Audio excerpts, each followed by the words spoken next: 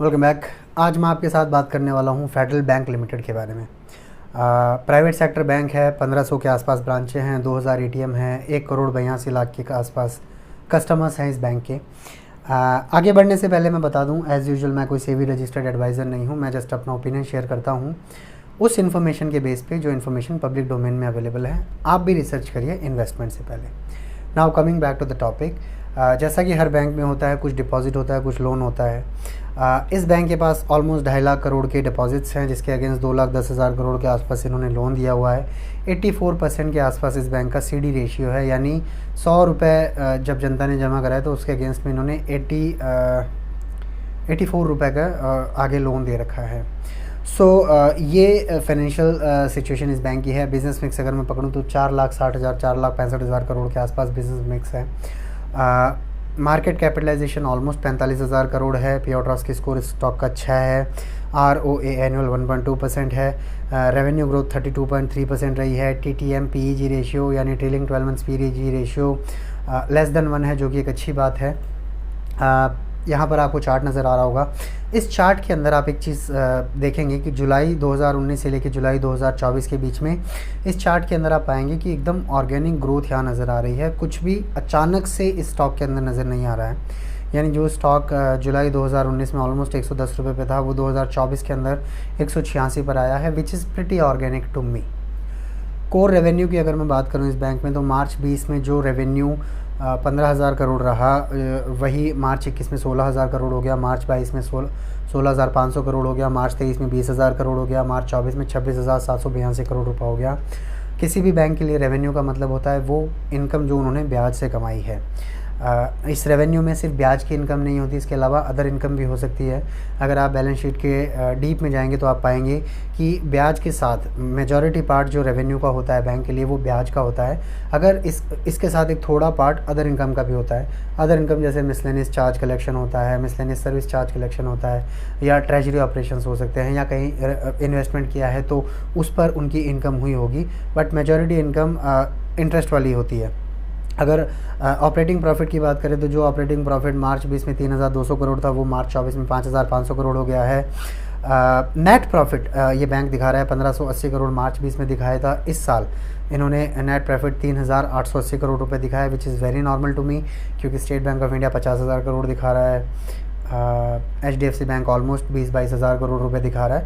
तो जिस साइज़ का ये बैंक है उस हिसाब से नेट प्रॉफिट बहुत अच्छा है, बहुत अच्छा नेट प्रॉफिट ये बैंक दे रहा है, कंसिस्टेंटली दे रहा है। कुछ और फाइनेंशियल्स इस बैंक के बारे में मैं डिस्कस करता हूँ। एनुअल रेवेन्यू जो है 32.27% बढ़ा है और 26,782 करोड़ पे आ गया है। इंडस्ट्री एवरेज, इंडस्ट्री मतलब बैंक और फाइनेंशियल एवरेज रहा है 27.22%। यानी बाकी जो बैंक्स हैं, जो सेक्टर है वो 27.22 की ग्रोथ से हुआ है, इस बैंक में 32.27, positive sign. Annual net profit इस बैंक का 22% की रेट से बढ़ा है 3,880 करोड़ पहुंचने के लिए। इंडस्ट्री एवरेज 26% है, थोड़ा कम है बट ओके। स्टॉक प्राइस की बात करें तो स्टॉक प्राइस जो है पिछले एक साल में 41.05% बढ़ी है। सेक्टर जो है वो थोड़ा और बढ़ा है, यानी जो सेक्टर का एवरेज अगर निकालेंगे, मीडियन निकालेंगे तो 41.05 से ज़्यादा है, लेकिन फिर भी ये कोई बहुत कम अमाउंट नहीं होता। बुल मार्केट में ज़्यादा बढ़े हैं बाकी, बट स्टिल जो एक कंसिस्टेंट परफॉर्मेंस होते हैं वो इस तरह का एक्सेप्टेबल लेवल होता है। डेट टू इक्विटी रेशियो 1 से कम है, 0.81, जो कि नेचुरली मुझे ये पर्टिकुलर इंडिकेटर बहुत पसंद है। किसी भी कंपनी में जो भी असेट्स हैं वो इक्विटी के थ्रू ही फाइनेंस किए जा रहे हैं। बाहर से पैसा लेकर ये कंपनी अपने नए असेट्स क्रिएट नहीं कर रही है, बाहर से पैसा लेकर आगे नहीं दे रही है। एक नेगेटिव पॉइंट जो यहाँ पर नज़र आ रहा है जनरल आम बोलचाल भाषा में, वो ये है कि म्यूचुअल फंड ने अपनी होल्डिंग्स इस स्टॉक में क्वार्टर टू क्वार्टर 0.35% कम हुई है। बट जैसा मैं आपको कहता हूँ कि म्यूचुअल फंड वालों की जिम्मेदारी बनती है प्रॉफिट डिलीवर करना, तो आजकल ये बहुत बड़ा साइन नहीं होता है कि म्यूचुअल फंड अपनी होल्डिंग कम कराए, it is a normal thing. Promoter pledge 0 है। ये इंडिकेटर मुझे अगर छोटी कंपनियाँ, नॉर्मल कंपनियाँ हैं, ईमानदार कंपनियाँ हैं, तो आपको नेचुरली 0 नज़र आएगा। बट कुछ कंपनियों में बहुत हाई होता है, जैसे मैंने पिछला वीडियो कल बनाया था वेरेनियम क्लाउड में, जिसमें प्रमोटर प्लेज बहुत ज़्यादा था। इस कंपनी में प्रमोटर प्लेज 0 है। Other than that price to earning ratio 11.75 है। सेक्टर का PE रेशियो 23.13 है। अगर लोअर पी कंपनी की बात करेंगे तो ये पॉजिटिव साइन इस कंपनी के लिए है। इस कंपनी का मतलब फेडरल बैंक लिमिटेड के बारे में। एक और जो इंडिकेटर होता है किसी कंपनी के लिए वो होता है डिविडेंड ऑब्जर्व करना। अगर कोई कंपनी डिविडेंड रेगुलर दे रही है it is a good sign. Federal Bank Limited ने जुलाई 2019 में 1.4 रुपये पर शेयर दिए, 70% होता है। आई थिंक 2 रुपये इसकी वैल्यू है, फेस वैल्यू शायद 2 रुपये होगी, हाँ तभी 70% बनता है। 1 रुपये 40 पैसा हर शेयर के ऊपर इन्होंने दिया जो कि 70% होता है जुलाई 19 में। जुलाई 21 में इन्होंने 35% फाइनल डिविडेंड दिया। जुलाई 22 में इन्होंने 1 रुपये 80 पैसा 90% फाइनल डिविडेंड दिया। अगस्त 23 में इन्होंने 50% फाइनल डिविडेंड दिया। इस साल इन्होंने अभी तक कुछ डिक्लेयर नहीं किया है। जिस तरह से रिकॉर्ड है जुलाई में डिक्लेयर करते हैं तो एक्सपेक्ट किया जा सकता है अभी करेंगे। 2020 में इन्होंने डिविडेंड डिक्लेयर नहीं किया है। 2020 में नहीं करने का कारण नेचुरली कोविड है। I think to the best of my knowledge government ने रोक लगाई हुई थी उस साल के डिविडेंड पे। सो कंसिस्टेंटली ये बैंक अपने शेयर होल्डर्स को डिविडेंड दे रहा है।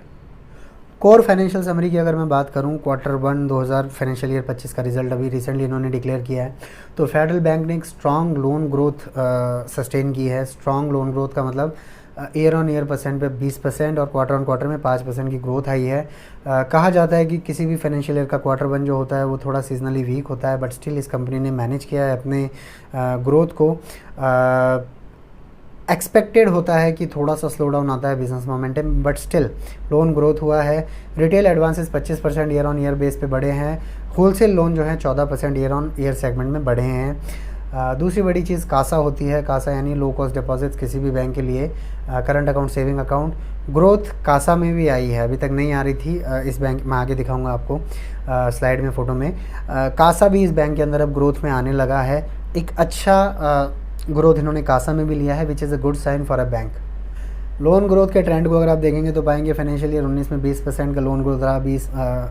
फाइनेंशियल ईयर 19 में 20 में 11% हो गया, 21 में 8% हुआ। 21 में नेचुरली कोरोना वायरस का बिल्कुल फुल प्रकोप था। 22 में फिर से इन्होंने अपना ट्रैक पकड़ा, 23 में फिर 20 और 24 में ऑलमोस्ट कंसिस्टेंट इन्होंने अपना लोन ग्रोथ मेंटेन किया हुआ है which is actually very good science की एक कंसिस्टेंट काइंड ऑफ कंपनी है। जिस तरह अभी आपने लोन देखा उसी तरह डिपॉजिट रेशियो भी जो है in line with loan growth बढ़ रहा है, जिससे CD रेशियो चेक में रहता है।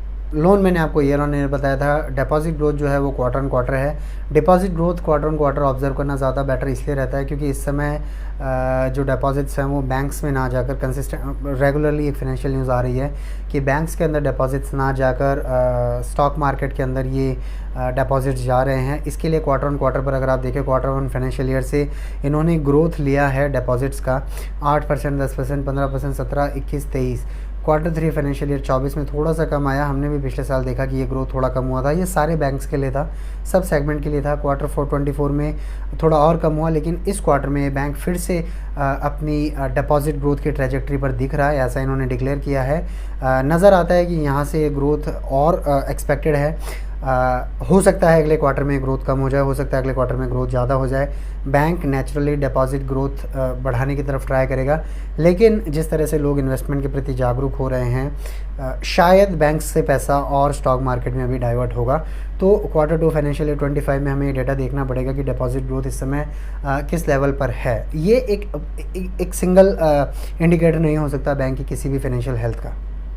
एक इम्पॉर्टेंट पॉइंट किसी बैंक को एनालाइज करते समय, लोन पोर्टफोलियो एनालाइज करते समय, एडवांसेस सेक्टर एनालाइज करते समय ये होता है कि उन्होंने अपने लोन दे किन लोगों को रखा है। अब बेसिकली तीन चार तरह के सेगमेंट्स होते हैं। रिटेल हुआ, एग्री हुआ, MSME हुआ और कॉरपोरेट हुआ। तो जो यहाँ पे आपको फ़ोटो नज़र आ रही है उसमें SME और एग्री को इन्होंने साथ में जोड़ दिया है। तो अगर आप देखेंगे तो पाएंगे कि ऑलमोस्ट 34% का इन्होंने मेंटेन किया हुआ है। अब कंसेप्ट ये होता है कि जो रिटेल लोन की ग्रोथ होती है, जो रिटेल लोन्स होते हैं वो आपको फाउंडेशन देते हैं, स्ट्रॉन्ग बनाते हैं आपकी प्रेजेंस को। SME और एग्री ग्रोथ जो है वो कंट्री को कंट्रीब्यूट कराता है, देश को कंट्रीब्यूट कराता है, इकोनॉमी को कंट्रीब्यूट कराता है। कॉर्पोरेट जो लोन्स होते हैं वो आपकी बैलेंस शीट में प्रॉफिट को पंप करते हैं, आपकी बैलेंस शीट की साइज़ बढ़ाने में काम आते हैं। तो जिस तरह से इन्होंने फाइनेंशियल ईयर 2019 में कॉर्पोरेट 42 था और 29% एग्री और MSME पर था, और रिटेल 29% था, उसको अगर ये फाइनेंशियल ईयर 24 में 32 पर लेके आए हैं तो इसका मतलब यह है कि कंपनी ये फेडरल बैंक लिमिटेड जो है कॉरपोरेट को भी बहुत ज़्यादा तवज्जो नहीं दे रही है, यानी रिस्की लोन्स में कम जा रही है। एक अच्छा इंडिकेटर इस डेटा को माना जा सकता है किसी बैंक की ग्रोथ प्लस कंजर्वेटिव अप्रोच को समझने के लिए। ये एक अच्छा मिला जुला लेवल इस बैंक ने मेंटेन किया हुआ है। बैंक्स की बात करते हैं तो नेट इंटरेस्ट मार्जिन एक इम्पॉर्टेंट डेटा होता है। नेट इंटरेस्ट मार्जिन आप देखो फाइनेंशियल ईयर 19 में 3.1 रहा, फिर 3.0 हुआ, 21 में 3.2, 22 में 3.2 रखा, 23 में थोड़ा सा ग्रोथ हुआ था 3.4, लेकिन ये फाइनेंशियल ईयर 24 में फिर 3.2 आ गया है। पिछले कई वीडियोस में मैंने आपके साथ शेयर किया है कि कॉस्ट ऑफ डिपॉजिट बढ़ रहा है, यानी ब्याज बढ़ाना पड़ा। क्यों? क्योंकि मेजॉरिटी ऑफ द पैसा जो है स्टॉक मार्केट में जा रहा है। इसके लिए जो फंड लाने का काम है बैंक्स का या किसी भी फाइनेंशियल इंस्टीट्यूशन का थोड़ा डिफिकल्ट हो रहा है। इसके लिए नेट इंटरेस्ट मार्जिन थोड़ा कम हुआ है, हालांकि इतना भी कम नहीं कि इसके ऊपर इस बैंक को चिंता करने की ज़रूरत है या इन्वेस्टर्स को चिंता करने की ज़रूरत है, बट थोड़ा सा डिफरेंट, थोड़ा सा डिफ्लेक्ट तो ज़रूर नज़र आना है या में आया है, और वो इसी बैंक में नहीं सभी बैंक्स में नज़र आया है। टॉप शेयर होल्डिंग इस स्टॉक के अंदर अगर मैं बात करूं तो HDFC एसेट मैनेजमेंट की 6.81% है, international finance corp 3.83%, Franklin 3.62%, LIC 3.26% stake है, Kadar Yusuf Ali MVA 3.07%, Nippon life India asset 2.90%, Kotak Mahindra 2.80%, Mirae asset 2.59%, ICICI Prudential 2.27%, HDFC life insurance company limited 2.21%। Top 10 शेयर होल्डिंग है। अगर आप इस डेटा को एनालाइज करेंगे तो आप पाएंगे कि जो शेयर होल्डिंग है बहुत ही ज़्यादा इम्प्रेस करने वाली है, प्लस डाइवर्सिफाइड शेयर होल्डिंग है। ये डेफिनेटली एक मतलब ये डेफिनेटली एक अच्छा डेटा है इस स्टॉक को लेकर। अगर आप पाएंगे, मेरा पर्सनल ओपिनियन ये है कि दिस इज़ अ गुड मतलब अच्छा डेटा है ये। फाइनली ये स्क्रीन जो आप देख रहे हैं, ये स्क्रीन एक पेड फीचर है एक पर्टिकुलर कंपनी का। शायद जो स्टडी करते हैं रिसर्च को समझ जाएंगे कि ये कहाँ से लिया है मैंने। Durability score 60, valuation score 71.5, momentum को मैं खास तवज्जो देता नहीं हूँ, लॉन्ग टर्म स्ट्रेटजी के साथ बात करता हूँ। फेडरल बैंक फाइनेंशियल स्ट्रांग है, इसमें कोई डाउट नहीं है। वैल्यूएशन को लेकर कुछ लोगों के मन में कुछ कन्फ्यूजन हो सकता है, पी रेशियो, हालांकि मेरे को ऐसा लगता है कि ये बहुत ज़्यादा इसके बारे में मिक्स्ड रिएक्शन हो सकता है कि जिस साइज़ का ये बैंक है, साइज़ के अकॉर्डिंग इसका जो नेट प्रॉफिट है काफ़ी सही है, क्योंकि 4,60,000 करोड़ बहुत ज़्यादा बड़ा बैंक नहीं होता। 4,70,000 करोड़ बहुत ज़्यादा बड़ा बैंक नहीं होता। HDFC 35 लाख करोड़ है, स्टेट बैंक ऑफ इंडिया और भी बड़ा बैंक है। तो अगर बैंकों की इस रेस में देखोगे तो 4,60,000 करोड़ के बिजनेस मिक्स वाला बैंक बहुत बड़ा फाइनेंशियली जायंट नहीं है।